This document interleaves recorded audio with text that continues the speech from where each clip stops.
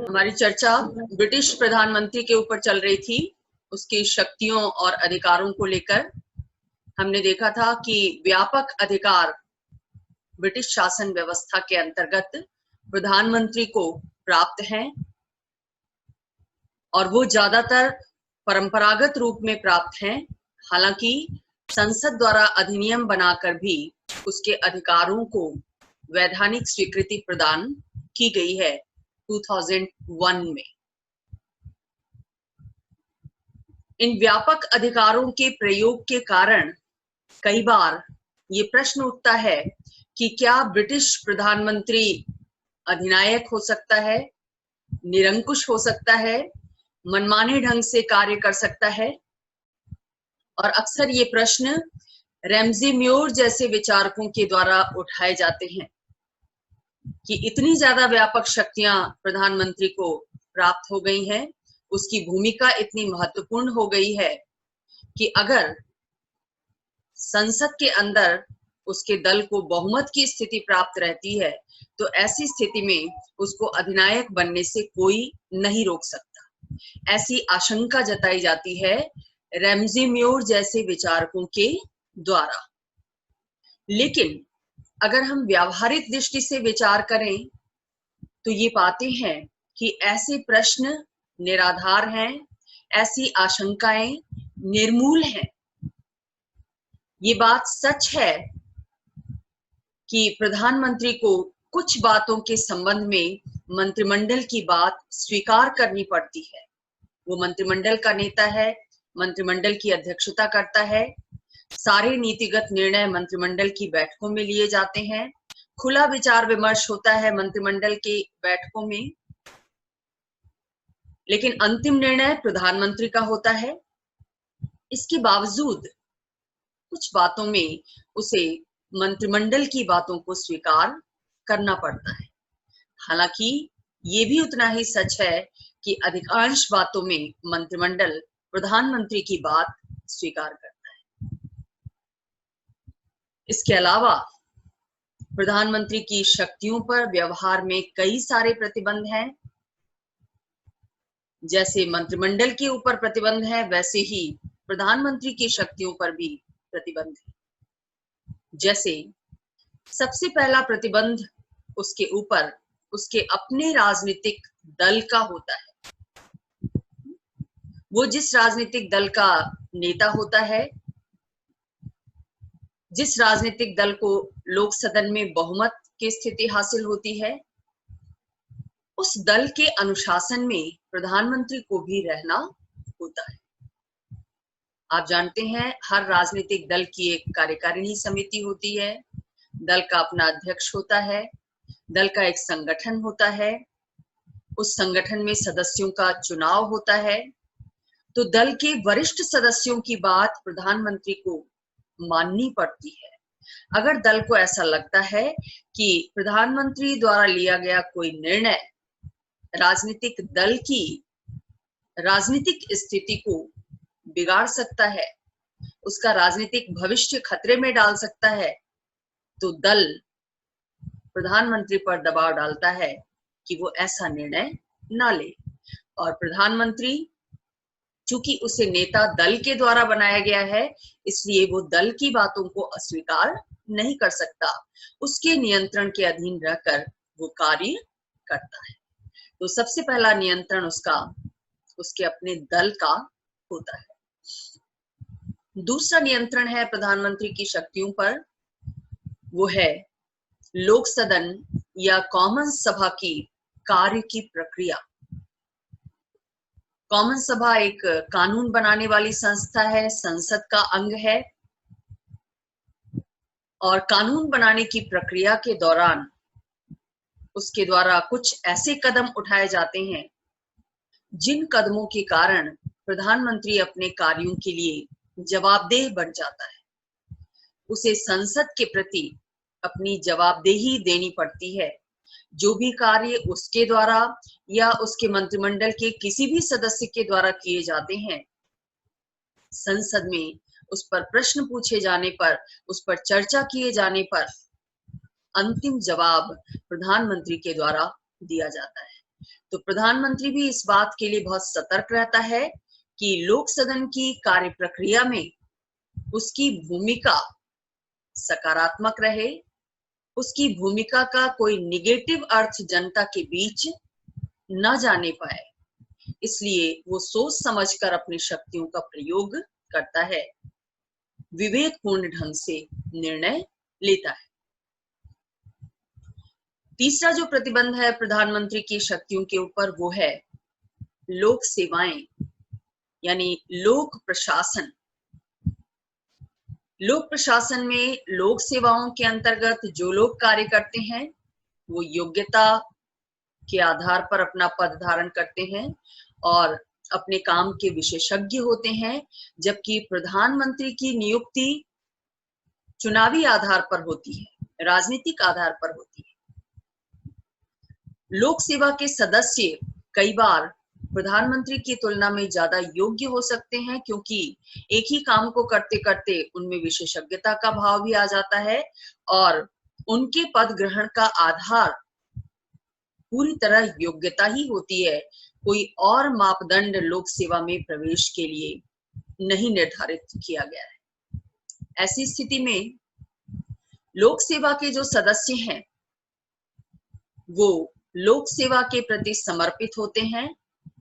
प्रधानमंत्री के द्वारा जो भी निर्णय लिए जाते हैं उन निर्णयों में वो सलाह भी देते हैं, और अगर ऐसा लगता है कि प्रधानमंत्री के किसी निर्णय से राष्ट्र का हित बाधित हो सकता है, जनता का कल्याण बाधित हो सकता है, तो ऐसी स्थिति में लोक सेवा में कार्यरत सदस्य भी प्रधानमंत्री को नियंत्रित करते हैं। वो नाना तरीके से प्रधानमंत्री को विभिन्न विषयों के बारे में आंकड़े उपलब्ध कराते हैं, सजेशंस देते हैं, ताकि प्रधानमंत्री के निर्णय जनहितकारी साबित हो सकें, वो किसी तरह से मनमाना रुख अख्तियार ना कर सके। तो अनौपचारिक रूप से लोक सेवाओं के द्वारा भी प्रधानमंत्री पर नियंत्रण स्थापित किया जाता है। हालांकि औपचारिक रूप से इन लोक सेवाओं में पदाधिकारियों की विभिन्न महत्वपूर्ण पदों पर जो नियुक्तियां की जाती हैं, उन नियुक्तियों का सुझाव प्रधानमंत्री के द्वारा दिया जाता है उनकी औपचारिक नियुक्ति के लिए। लेकिन व्यवहार में ये लोक सेवक अपनी योग्यता, ज्ञान और अनुभव के आधार पर प्रधानमंत्री को नियंत्रित करने का कार्य करते हैं।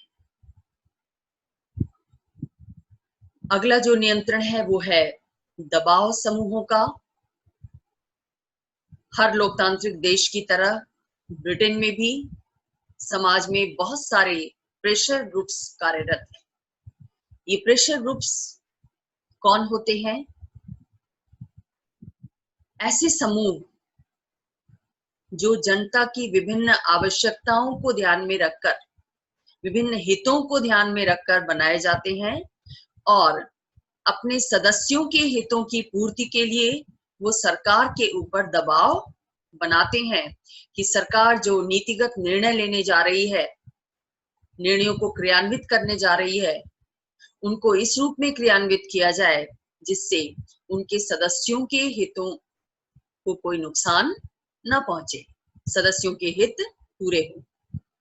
आप आए दिन देखते हैं कि कैसे मजदूर संगठनों के द्वारा, जो एक प्रेशर ग्रुप का काम करते हैं, किसानों के संगठनों के द्वारा, उद्योगपतियों के संघों के द्वारा, शिक्षक संघ के द्वारा, छात्रों के संघ के द्वारा कैसे सरकार पर दबाव डालते हैं अपने सदस्यों के हितों की रक्षा के लिए।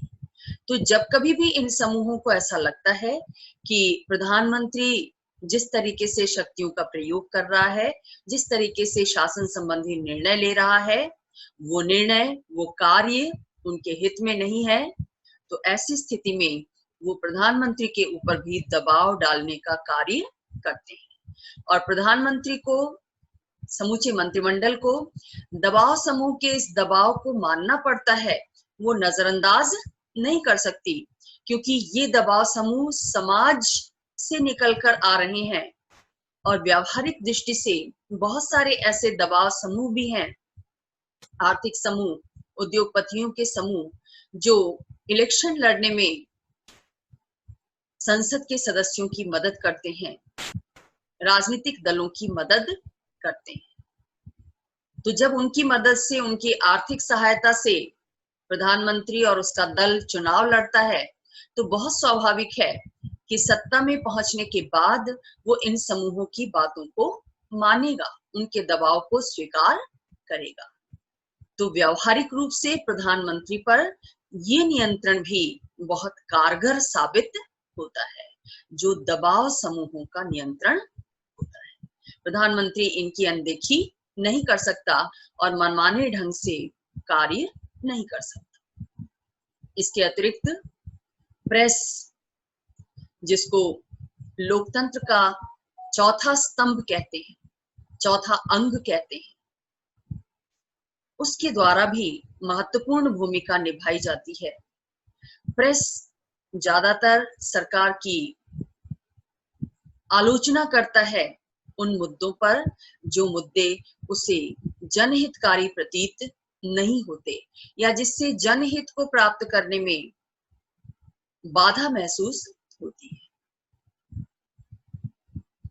नाना तरीकों से प्रेस सरकार को नियंत्रित करता है। जैसे जब कोई चर्चा सदन में चल रही होती है, कोई विधेयक रखा जाता है, कोई कानूनी प्रस्ताव लाया जाता है, तो उस प्रस्ताव के जो अच्छाइयां हैं, जो बुराइयां हैं, उन दोनों पर दृष्टि डालने के उद्देश्य से प्रेस के द्वारा या जनसंचार माध्यमों के द्वारा, इलेक्ट्रॉनिक मीडिया के द्वारा अपने स्तर पर वाद विवाद, चर्चा आयोजित की जाती है, डॉक्यूमेंट्री फिल्म्स बनाई जाती हैं।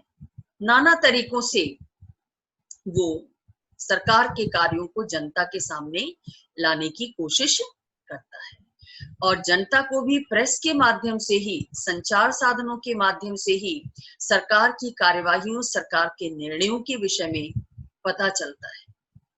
हालांकि आजकल प्रेस भी पूरी तरह स्वतंत्र नहीं है, प्रेस भी अपने कार्यों में पूरी तरह ईमानदार नहीं है।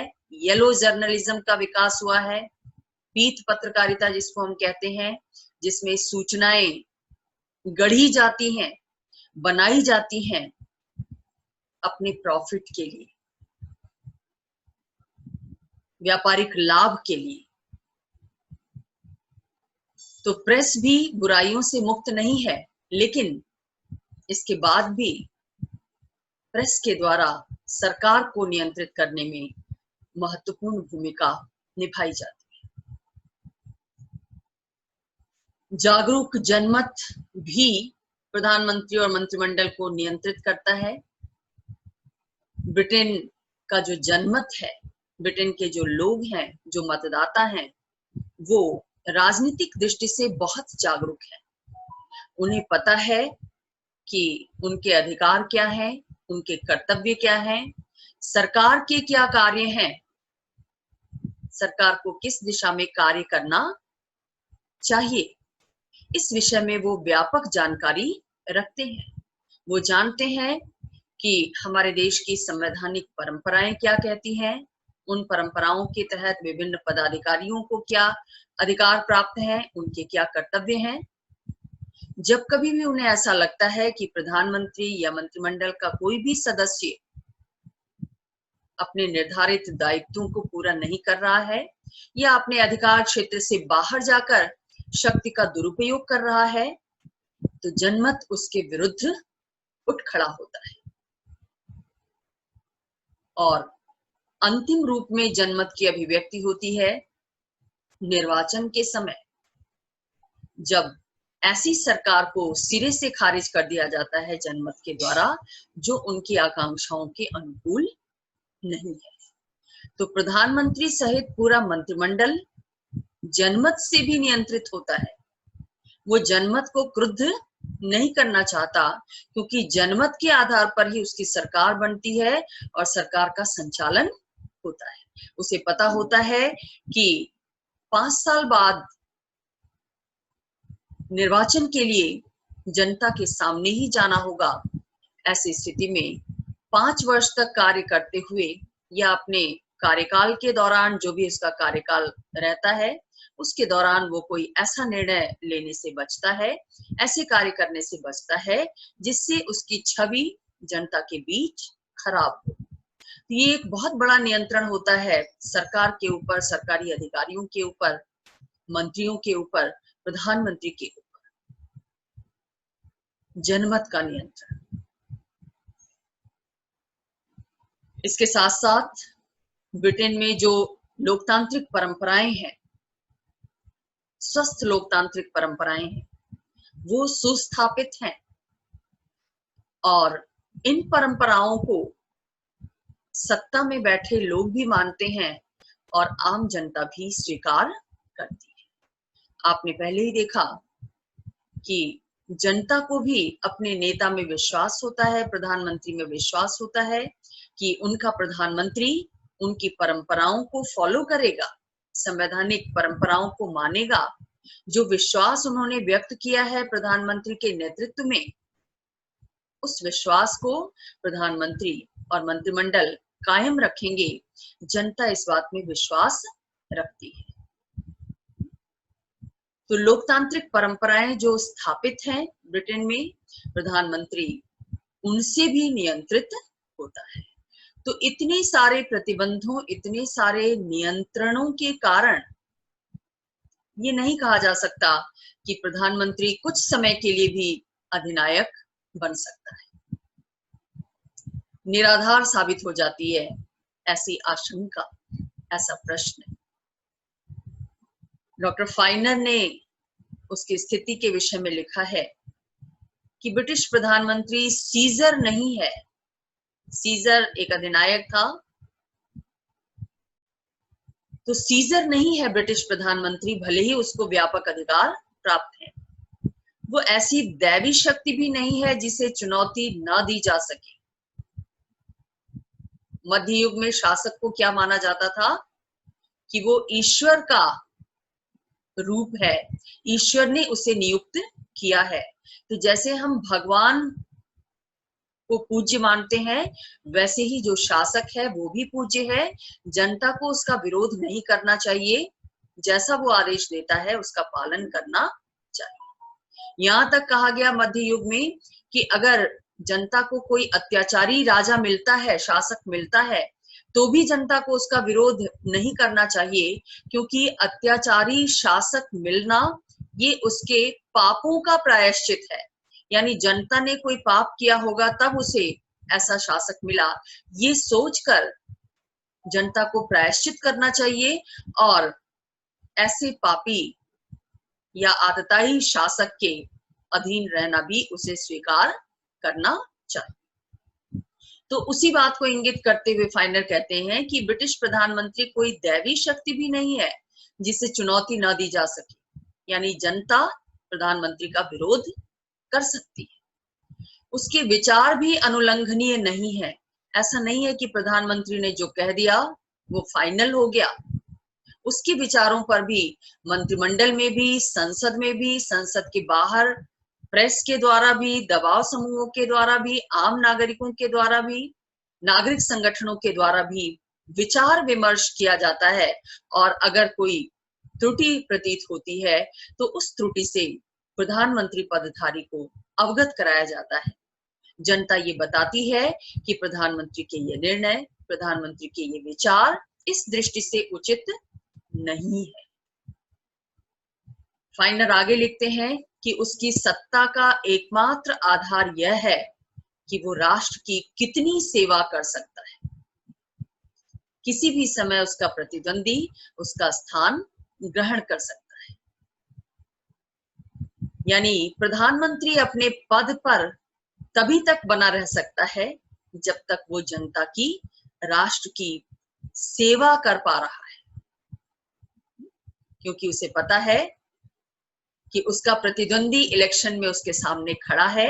अगर वो जनता को ये विश्वास दिलाने में सफल हो गया कि वो विद्यमान प्रधानमंत्री से ज्यादा बड़ा जनसेवक है, राष्ट्र सेवक है, तो जनता विद्यमान प्रधानमंत्री को छोड़कर दूसरे व्यक्ति को, दूसरे नेता को प्रधानमंत्री पद के लिए, प्रधानमंत्री पद के को ध्यान में रखते हुए उसे चुन सकती है। तो लोकतंत्र में ये जो चुनावी प्रतिद्वंदिता होती है, उसका आधार भी यही होता है कि कौन सा नेता जनता की कितनी ज्यादा सेवा कर सकता है।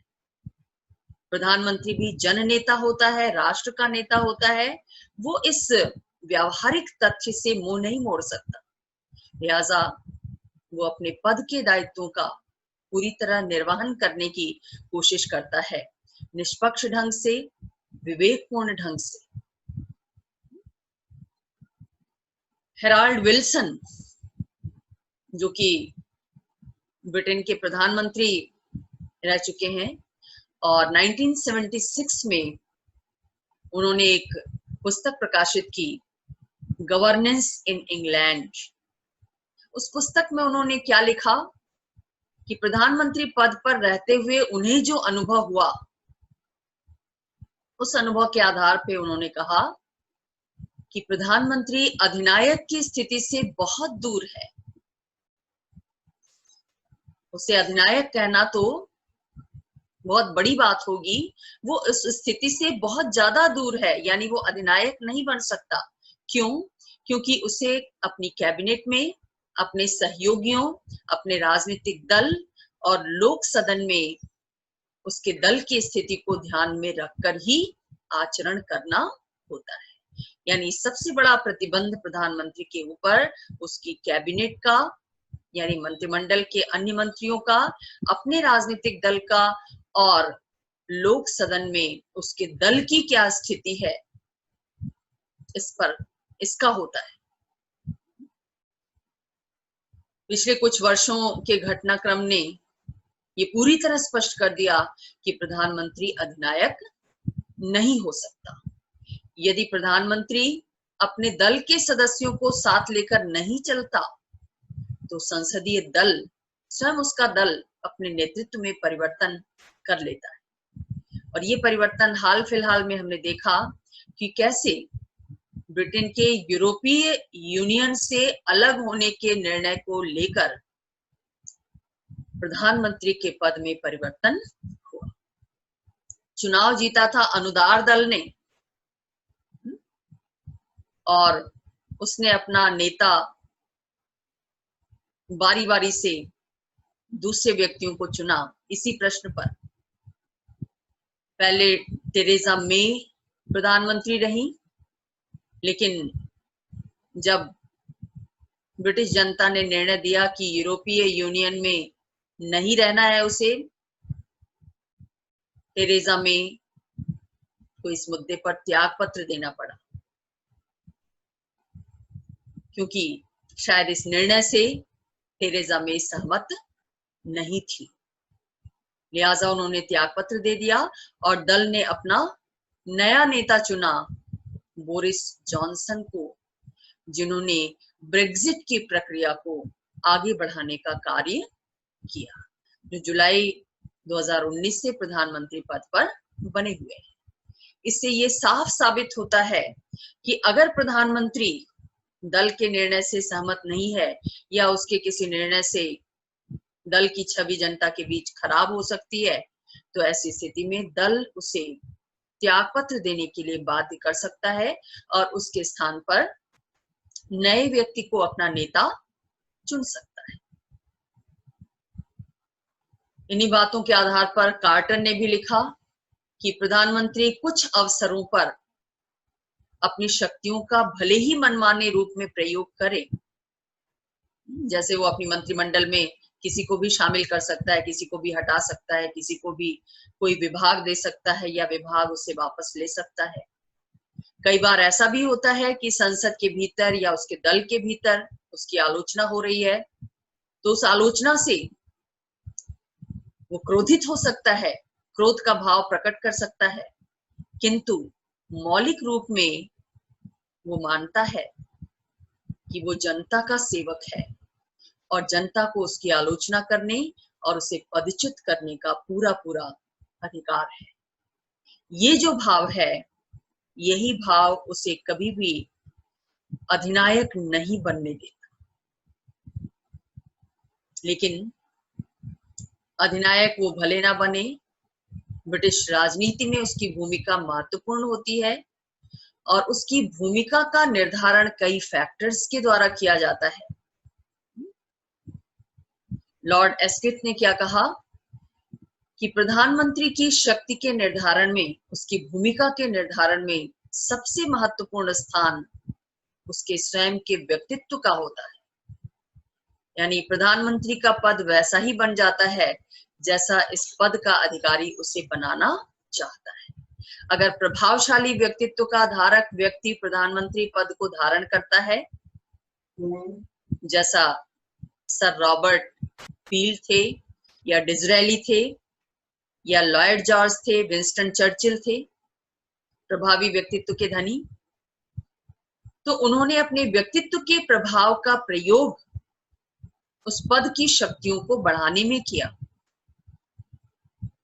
उनके कार्यकाल में प्रधानमंत्री का पद नई ऊंचाइयों को प्राप्त कर सका।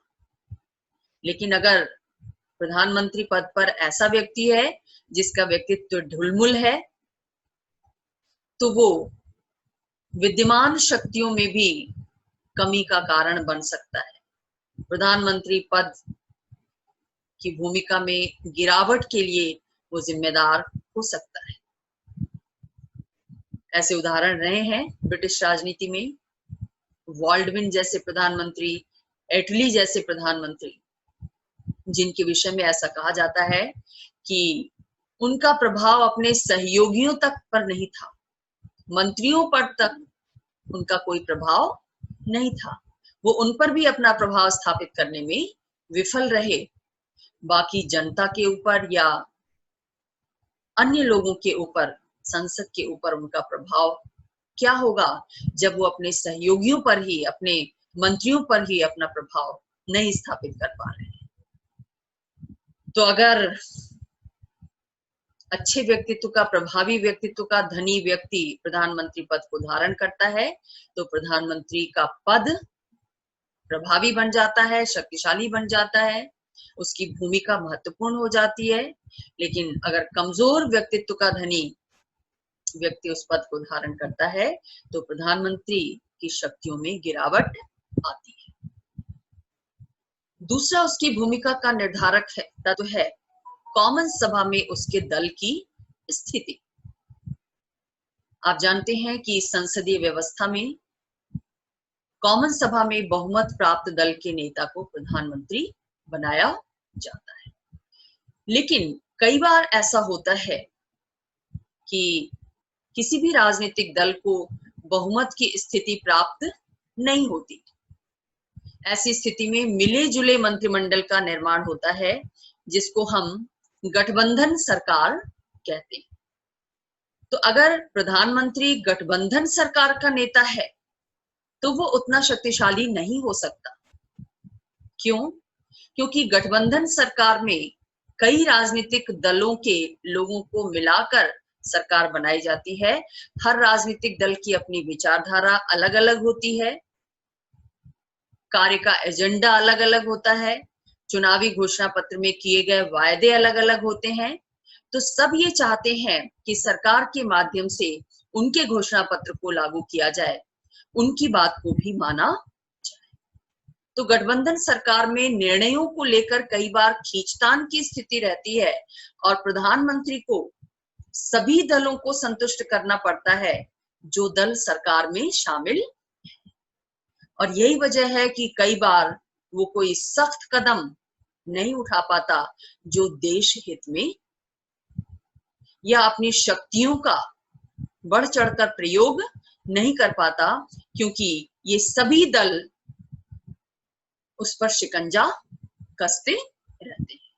लेकिन दूसरी तरफ अगर उसके अपने दल को संसद में बहुमत प्राप्त है, एक ही दल का मंत्रिमंडल है, तो ऐसी स्थिति में प्रधानमंत्री कई विषयों पर, कई मोर्चों पर स्वतंत्रता पूर्वक, निर्भीकता पूर्वक निर्णय ले सकता है और अपने विवेक के आधार पर अपनी शक्तियों में इजाफा कर सकता है। तो ये भी एक बहुत बड़ा फैक्टर है प्रधानमंत्री की भूमिका को निर्धारित करने में कि कॉमन सभा में उसके अपने दल की स्थिति कैसी है, क्या उसका दल बहुमत में है या अल्पमत में है, क्या वो बहुमत सरकार का प्रधानमंत्री है या गठबंधन की सरकार का प्रधानमंत्री है।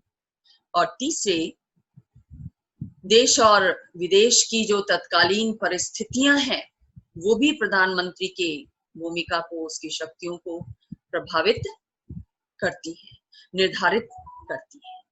अगर सामान्य स्थितियां हैं देश और विदेश में तो प्रधानमंत्री को अपने पद की सीमाओं का ध्यान रखना होता है, उसे उन सारे नियंत्रणों के अधीन रहकर कार्य करना होता है जिन नियंत्रणों की चर्चा हमने की। लेकिन अगर देश में गृह युद्ध की स्थिति है या दूसरे देश के साथ युद्ध चल रहा है या वर्ल्ड वॉर चल रहा है या देश आर्थिक संकट से गुजर रहा है, तो ऐसी स्थिति में प्रधानमंत्री बहुत हद तक इन संकटों से देश को उबारने के लिए अपनी विवेक की शक्ति का प्रयोग करता है। और विवेक की शक्ति का प्रयोग करते करते वो शक्तियों की दृष्टि से बहुत आगे निकल जाता है।